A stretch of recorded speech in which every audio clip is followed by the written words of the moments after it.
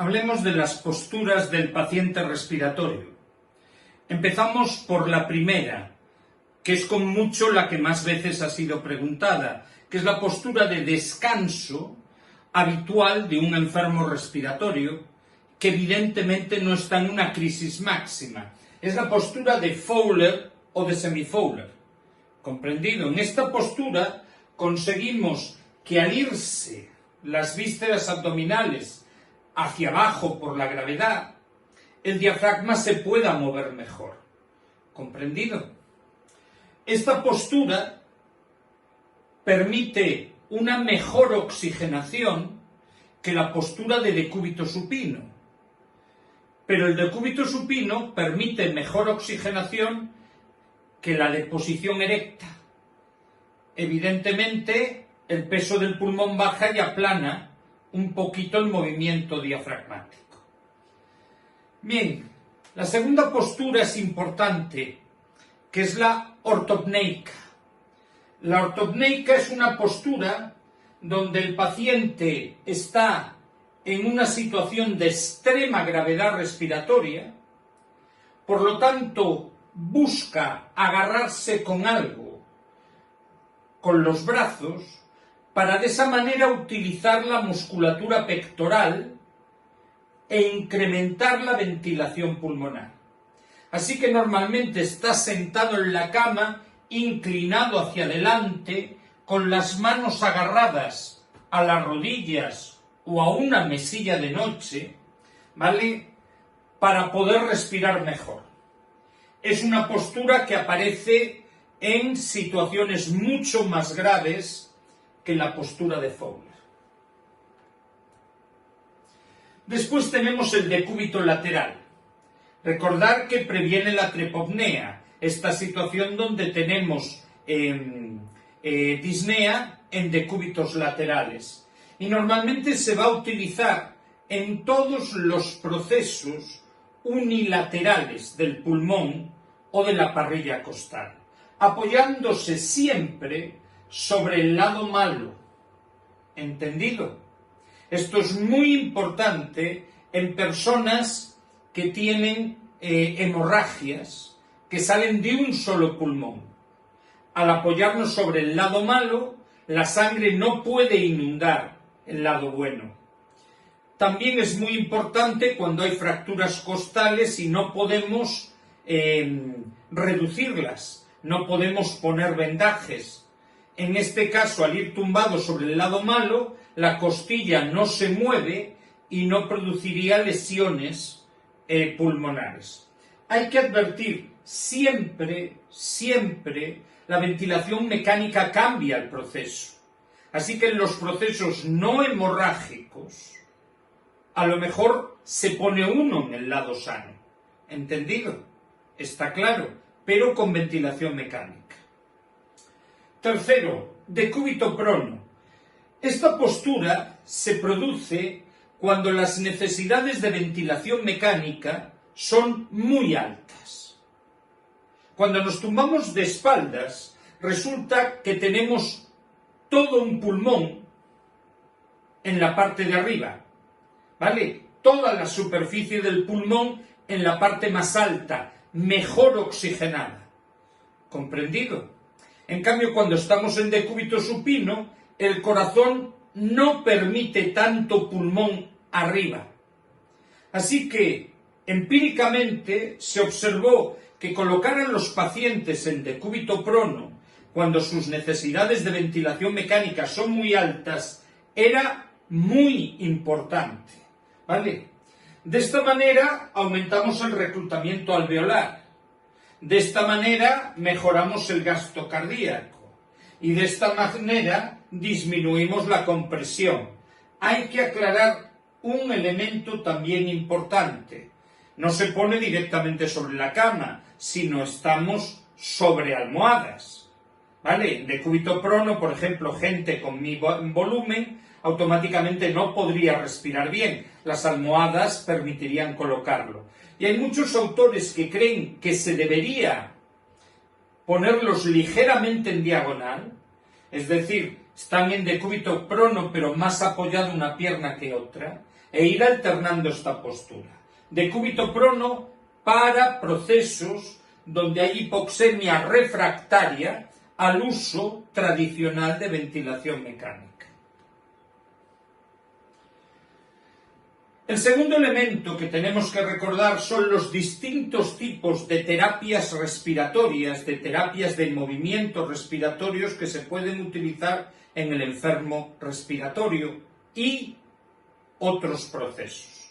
La primera es la respiración diafragmática, que también se puede llamar abdominal o profunda. Es aquella que utiliza fundamentalmente el diafragma para ventilar, algo que la mayoría de la gente no está muy acostumbrado a hacer, porque los pantalones son estrechos, por las fajas, o porque existe la creencia de que las costillas, al moverse como un abanico, ventilan mejor. Pues no, la ventilación mejor es siempre la del diafragma, porque consigue aumentar el diámetro súpero inferior y de esa manera mejora espectacularmente la entrada de aire. Para aprender una respiración diafragmática colocaremos nuestras manos a distintos niveles, una sobre el tórax o sobre el inicio del tórax y otra sobre el abdomen. Y al inspirar echaremos el abdomen hacia afuera. Y al expirar el abdomen se mete dentro. ¿Comprendido? Comprobaremos siempre que la mano que está sobre la barriga se está moviendo. Y es muy importante para la ventilación de las bases pulmonares, evitando las atelectasias que se producen por compresión. Después tenemos la respiración de labios fruncidos, que se ha llamado muchas veces respiración con freno palatal, ¿vale? La respiración de labios fruncidos es una respiración que busca alargar los movimientos de inspiración y expiración, y a través de alargarlos obliga a concentrarnos en el proceso respiratorio, lo que reduce la ansiedad y además reduce el atrapamiento de aire en el árbol bronquial, lo que es muy beneficioso para los cuadros de EPOC, ¿vale? Normalmente se recuerda con el acrónimo oler flores, inspirar por la nariz. No hay la necesidad de utilizar una fosa nasal, pero hay gente que coge este ejemplo apoyado en el yoga, que tiene una estrategia respiratoria muy importante. Primero oler flores y luego soplar velas, porque no es echar aire por la boca nada más, sino echarlo a través de un tubito. Esto permite hacer una expiración larga. Y al expirar mucho tiempo, el bronquio permanece lleno de aire y mejora la ventilación alveolar. Es frecuente combinarlo con la respiración diafragmática. ¿Comprendido? Así que oler flores y soplar velas, respiración de labios fruncidos. ¿Vale? Después tenemos la espirometría incentivada o estimuladora, que utiliza distintos tipos de espirómetro que aportan alguna información visual. El más tradicional son las bolitas que se mantienen arriba, para monitorizar la capacidad de inspiración y expiración. Se utiliza generalmente en personas que no hacen ningún tipo de ejercicio, típicamente en el postquirúrgico, donde el paciente está inmovilizado y que generalmente tienen un riesgo muy alto de atelectasias e inmovilidad. Existen varios tipos de espirómetro, uno que va exigiéndote un volumen determinado, otro una velocidad de aire determinada, un flujo, y recordemos, su papel solo tiene sentido mientras el paciente no anda. En cuanto el paciente deambula, la exigencia del andar es mucho mayor que la exigencia de la espirometría incentivada. ¿Vale? Puede ayudar a mejorar secreciones, ¿comprendido? Pero no es su fin principal. Bien, y ahora hablamos de todas las técnicas con las que buscamos el alivio de la excesiva mucosidad respiratoria, ¿vale? Cuando una vía aérea tiene mucho moco, se producen tres elementos. La primera, lógicamente, el moco contiene una gran cantidad de azúcar. Es un medio biológico muy bueno para la proliferación de gérmenes. Por lo tanto, la retención de moco genera casi siempre un altísimo riesgo de infecciones respiratorias. Segundo, el moco puede llegar a entrar totalmente en un alveolo y, al ser de contenido líquido, hacer que ese surfactante que está en el alveolo se despegue de la pared y acabe flotando en ese moco. En el momento en que ese moco se reabsorba, como el surfactante no está en la pared, el alveolo se colapsa, favoreciendo las atelectasias. ¿Comprendido? Y la tercera, no cabe duda que una vía aérea llena de moco está atascada, por lo tanto exige mayor movilidad respiratoria, mayor esfuerzo respiratorio para el mismo volumen de aire. Esto es el aumento del trabajo respiratorio. La presencia de secreciones respiratorias excesivas puede implicar un colapso de la ventilación, un colapso del papel respiratorio de las vías aéreas, ¿vale? El aclaramiento mucociliar es el mecanismo por el cual los cilios, moviéndose secuencialmente, llevan el moco hasta la laringe y allí lo depositan en la faringe para que sea deglutido. No lo solemos escupir habitualmente, aunque todos conocemos a una pandilla de puercos que es lo único que hacen, ¿vale? Esto de, por ejemplo, a mí me revienta los jugadores de fútbol que carrerita que dan, carrerita que va adornado como un lapo. Y más cuando tiran faltas, que todos tiran lapos para concentrarse. En vez de jugadores de fútbol son larpeiros, de lapos que sueltan. Bien, el mejor método para incentivar este aclaramiento mucociliar está en una combinación de tos, que ayuda a mover los mocos desde el árbol bronquial más distal al más proximal, al más principal. Después, fisioterapia respiratoria, hidratación, y habría que nombrar nebulización, pero eso lo dejamos para el paciente crítico, ¿vale? La hidratación es esencial. Si una persona no está hidratada, sus secreciones respiratorias se hacen más densas y es más fácil que taponen las vías aéreas. Por lo tanto, el consumo de agua, el consumo de líquido es esencial para poder eliminar estas mucosidades excesivas. De los tipos de tos hay varios, pueden nombrarse de muchas maneras. Aclaremos básicamente cuáles son las principales. La primera es la llamada tos controlada o en cascada, que consiste en una inspiración profunda y en toser a varios volúmenes. Toser en distintos momentos del vaciamiento pulmonar. Esto llevará las secreciones respiratorias desde los bronquios más pequeños a los bronquios centrales. Pero puede ser difícil en personas que tengan heridas torácicas o en personas que tengan limitada su capacidad respiratoria por un EPOC. ¿Vale? Tos carraspeada es la tos que adornó durante muchos años la vida de los que tenían padres muy fumadores. Esto de levantarse por la mañana y románticamente dirigirse al cuarto de baño para oír su y luego echar moco verde.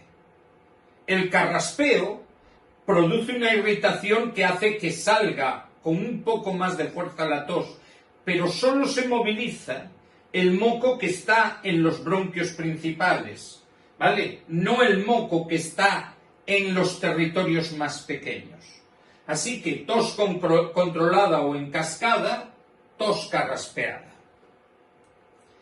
La tos asistida consiste en una inspiración profunda y bien yo mismo o el DUE comprimir el abdomen para generar más presión y ayudar a expulsarla. Solo se debería utilizar en situaciones donde el paciente estuviera paralizado y no tendría la capacidad de provocar estas contracciones intensas.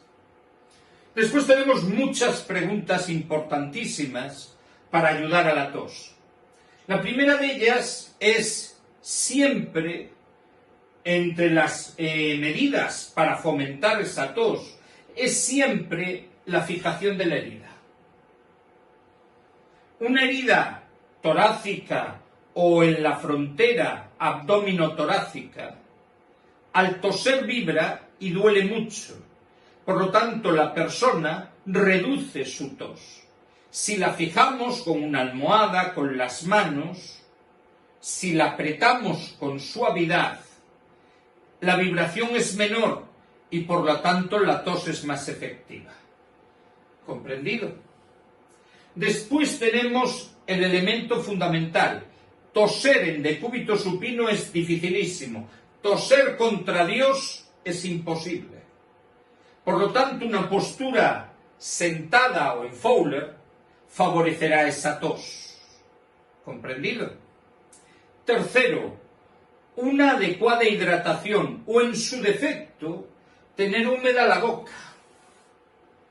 No tenemos por qué beber obligatoriamente. Si la boca está humedecida mediante higiene, mediante colutorios, mediante cualquier tipo de solución, de saliva artificial o incluso de material protector en los labios, lubricante protector, permitirá toser mejor. Y la última, en aquellos casos donde la debilidad abdominal es máxima, está en eliminar la presión sobre el abdomen. Ponernos en una postura fetal para que los músculos abdominales se puedan contraer al máximo y favorecer esa tos. ¿Entendido? Repito, las ayudas para la tos son bastante importantes. Y es frecuente, por no decir que es de lo más importante en respiratorio, el control de la fisioterapia respiratoria. La fisioterapia respiratoria es una técnica que permite la salida de secreciones mediante 4 estrategias, aunque una de ellas prácticamente no se utiliza. La primera, colocación de posturas para permitir que los bronquios principales drenen a favor de gravedad esos mocos. Eso es lo que se llama drenaje postural. Segundo, hacer percusión, golpear, hacer el llamado clapping para que los mocos se desprendan de las paredes y se vayan hacia afuera. Tercero, vibración, generar una onda vibratoria para ayudar a la expulsión de ese moco. Y cuarto, la presión sobre determinados puntos del tórax. Esta última medida casi no se hace. Siempre será pregunta de examen las posturas del drenaje postural. ¿Vale? Permitirme un momentito. Imaginemos que esto es un bronquio principal. Pues los lóbulos superiores tienen sus bronquios principales así. Cuidado que hay bronquios secundarios y terciarios, ¿vale? Y yo los estoy llamando principales, ¿vale? El bronquio principal derecho e izquierdo se ramifica en los secundarios, pues a eso nos referimos. Este bronquio de los lóbulos superiores tendríamos que intentar ponerlo vertical. Así que en general una postura de Fowler o de semi-Fowler o erecta permite su drenaje. La parte de atrás, los segmentos pulmonares del lóbulo superior, ya es más difícil que drenen, así que en ellos muchas veces hace falta colocarlos en decúbito prono. El bronquio, el lóbulo medio del pulmón derecho, tiene esta dirección. Por lo tanto, nosotros nos pondríamos en decúbito lateral izquierdo, para que el moco viajara a favor de gravedad. Y después, el bronquio secundario, el más importante del lóbulo inferior de ambos pulmones, está en esta dirección. Para ponerlo en vertical para que salga el moco, tendremos que ponernos en un Trendelenburg. ¿Comprendido? El Trendelenburg es mal tolerado generalmente en los pacientes respiratorios porque todas las vísceras comprimen al diafragma. Pero conviene aclarar que nos permitirá eliminar esta zona que suele ser las que más atelectasias producen. ¿Vale?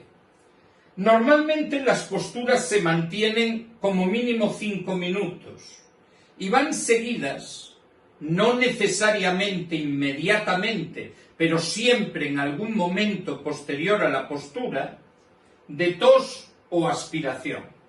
Se recomienda que el paciente descanse después de las posturas, porque los pacientes mayores tienen problemas de vértigos posturales. Eso genera que los cambios de postura sean muy cuidadosos por el riesgo de síncopes.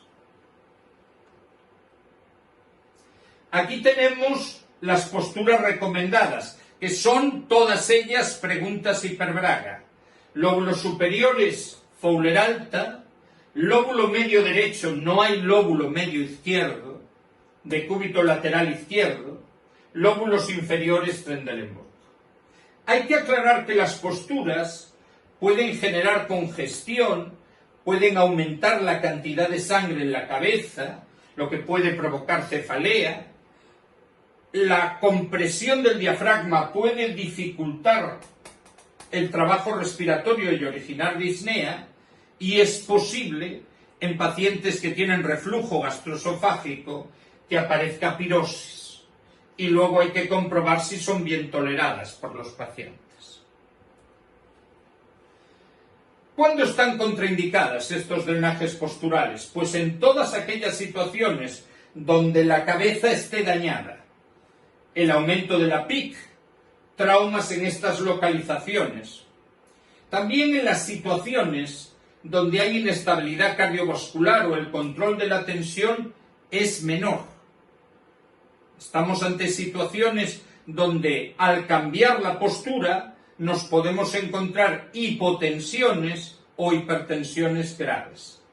Después, lógicamente, personas que no pueden optimizar el movimiento de su diafragma. Tienen situaciones graves a nivel respiratorio, edemas, embolias, hemoptisis. Y luego en cirugías de grandes aneurismas y de problemas en el esófago. ¿Vale? Por último, las situaciones de distensión abdominal. Claro, si tú te pones en Trendelenburg y tu abdomen cae totalmente sobre el diafragma, allí no respira ni Dios. Y de los procesos pleurales severos, que no van a permitir la respiración. El clapping, mano en forma de copa, siempre sobre tejidos blandos, con sábanas o toallas interpuestas, busca generar ondas que desprendan las mucosidades de las paredes. ¿Vale?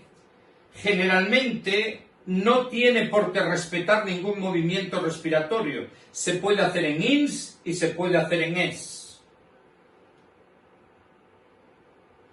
Y siempre tenemos que tener cuidado con los problemas de inyecciones en la vía raquídea, marcapasos, problemas cardíacos, riesgo de daño costal que puede originar hasta una fractura, ¿vale?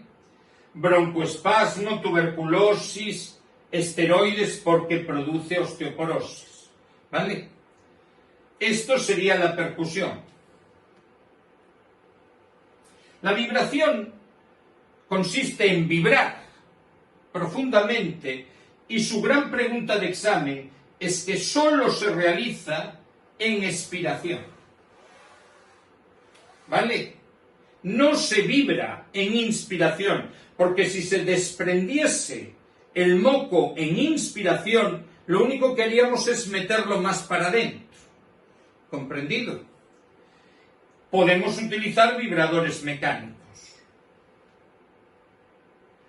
Y la presión solo se utiliza para facilitar el movimiento del tórax. ¿Comprendido? Es útil en grandes enfermedades obstructivas. ¿Vale? Bien. Esto es el primer vídeo de hoy.